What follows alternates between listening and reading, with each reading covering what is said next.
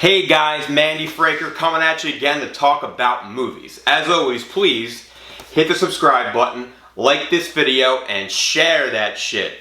So if you're anything like me, you've watched an action movie, a horror movie, a comedy, whatever the case may be, and thought to yourself in a particular scene, there's no way that's real. That couldn't really happen. So rather than us laymen assume these things, I thought it would be good to maybe get a doctor's opinion and get us some facts about that. So speaking of that, I got my buddy Dr. Matt here.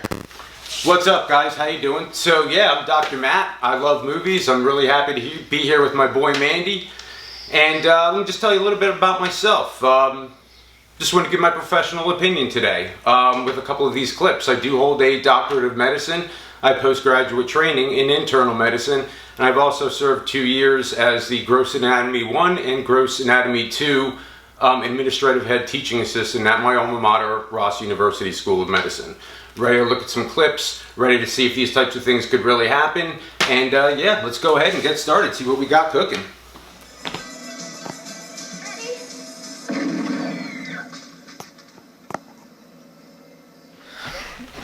Hey guys, me and Dr. Matt are back here. So you guys just saw a clip where Arnold Schwarzenegger gets shot in the arm here by a rather large caliber pistol, and somehow has the ability to get in a life or death fight, a knife fight, and all of that. And I don't know, I don't think that's possible. But what's the expert think? So I'll tell you what, so when something like that happens, whenever there's trauma like that, especially penetrating trauma, you really think of two things. First and foremost is, what's the bleeding going to be like? That bullet might have looked like a .45, pretty big bullet that penetrated. Where did that bullet land? Is it just going to be there and cause some pain because the bullet punctured the skin and landed in some soft tissue and some musculature? Or did it hit an artery?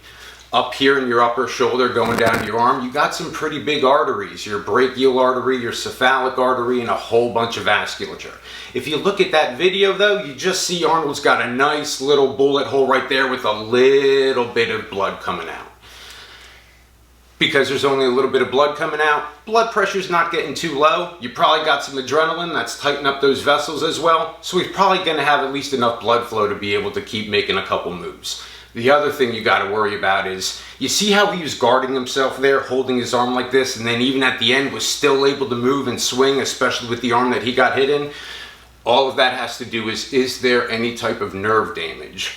Your upper arm here, you have a very massive nerve trunk called your brachial plexus. You've got an axillary nerve, a radial nerve, a median nerve, an ulnar nerve, and a musculocutaneous nerve. And they are all in control of sensation and movement of all of the different muscles in your arm.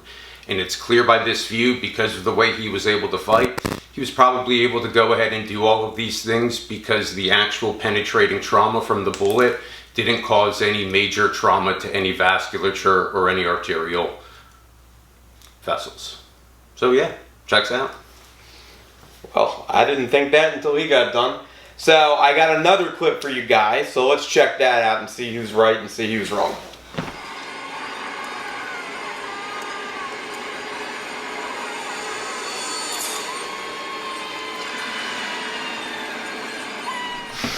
Hey guys, we're back. So we just watched the clip from the movie Hostel, where a girl gets her eye burnt out with a blowtorch. It's a rather terrible scene there. And then the main character's got to cut her eyeball off. And then somehow she seems to walk around in perfect health for the next hour, in my opinion, the layman. But what's the doc think about that? So I'll tell you what, you don't need to have a medical degree to realize that's probably got to be one of the most painful things in the entire world.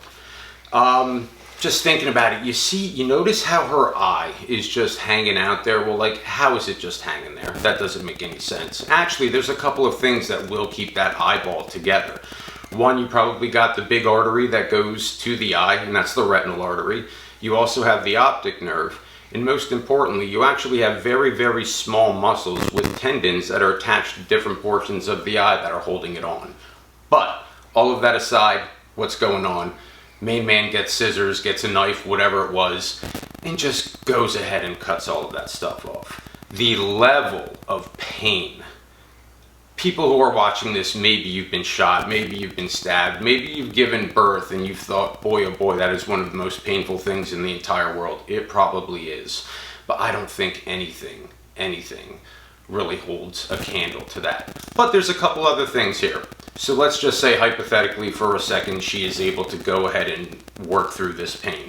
Do you notice right after they cut through that whole entire bundle that kept her eye on, you just see this very, very yellow viscous pus come out of her eye.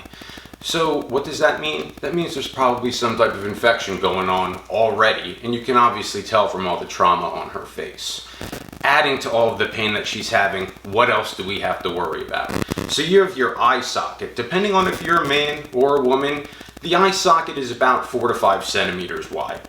With all of that trauma and everything going on, there shows that there is some type of infection going on, and what we need to worry about is that infection, did it penetrate through the orbital bone? Whether it's some type of osteomyelitis or whatever it may be, this acute infection, what we worry about is if it penetrated those extra levels of protection and obviously started affecting the parenchyma of the cerebral cortex, particularly the frontal lobe, or maybe even possibly to the temporal lobe.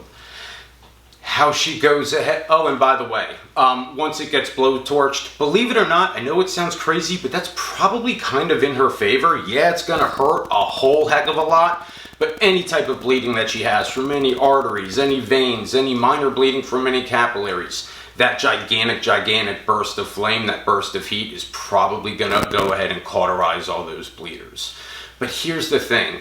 Walking around for another hour and a half, and you can see like she's perfectly fine, everything seems okay, she has this very stoic look on her face, time lapses, until finally she goes ahead and sees herself and then jumps in front of a train. Is it possible? Maybe. However, in my professional opinion, with everything that we've got going on, with the physical problems matched with the psychological and emotional problems that are going on, in addition, if you have some type of damage to the brain, I just think this scene seems just a little too far-fetched for me. Oh, there's the expert. So for once I was right. Don't let my wife know I said that. She'll want to use it against me. Let's take a look at the next clip, Doc.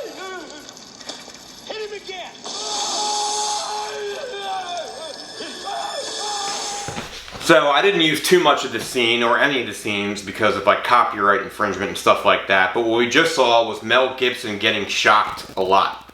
That's, you know, I don't have a college education, so that's how I saw it anyway. And then he proceeds to get into some huge fight as though he's just left the gym and had some espresso and has nothing wrong with anything going on there. I don't know. Doc, what do you think, brother? So here's the thing, you look at Mel and like you can see he's muscular, he's in shape, like he can probably like get through anything, but like can you imagine getting shocked like with that type of voltage? And like not only getting shocked, like think about like when you see in movies like people with the paddles and stuff, well this is just like absolutely completely exemplified by God knows how much here. First and foremost, you can see that he's in this uncomfortable position, being hung like from his hands. And then do you notice when they go ahead and shock him, the electrodes are attached to something that looks like a sponge. And when you have a sponge like that attached to an electrode, you have it mixed with some type of water or some type of saline salt solution, and that's going to just increase the amount of kilovoltage that is produced from the electrode and transmitted to the body exponentially. Here's the first thing that's a little bit curious to me. When you have that, when you see him in that much pain, having that type of effect to all of this electricity that's being pumped through his body, you would think that wherever you see him getting shocked a little bit, you'd probably have some type of skin burns. You don't see them here, but that's okay. So here's what you got to think about here. 3 things really come to mind. You need to think of his neurological status, you need to think of his cardiovascular status, and you need to think about how his musculature, especially his peripheral musculature, reacts to these types of things. A lot of people don't realize this, but your heart, when it pumps blood, actually operates based on the heart pacemaker, which is called an SA node. And that sets the electrical tone for the entire heart that allows you to pump blood. If that electrical variance that gives you a normal sinus rhythm is shocked with this type of kilovoltage that is going probably most likely to produce some type of arrhythmia, if not full-blown cardiac arrest. So A, we got to get through that. B, think about neurologically. Think about when you have a seizure, and there's what that basically is so much hyperactivity that occurs in the cerebral cortex in the vein. So in the brain, excuse me. So when you have this type of electrical current going through your body into your central nervous system to your peripheral nervous system, almost think of it like a crazy, crazy, crazy intensive seizure. And when that happens, as you recover, you go through something called a postictal phase, which is just how the actual nervous system recovers from going through such a traumatic event. And then on top of all those things, we got the nervous system, we got the cardiovascular system, and then like you notice when he gets down, he's gripping the guy up with his legs and he's doing all these things. Your muscles too. The only reason your muscles move is because we have peripheral nervous system that gets a signal from the CNS and then tells our muscles to move. When you have that type, again, that type of power, that type of kilovoltage going through all of your muscles, some muscles that really don't move that much, there have been instances in medicine when such an absolute complete high amount of voltage has caused the muscles to be in such a hyperactive state where it fractures bones.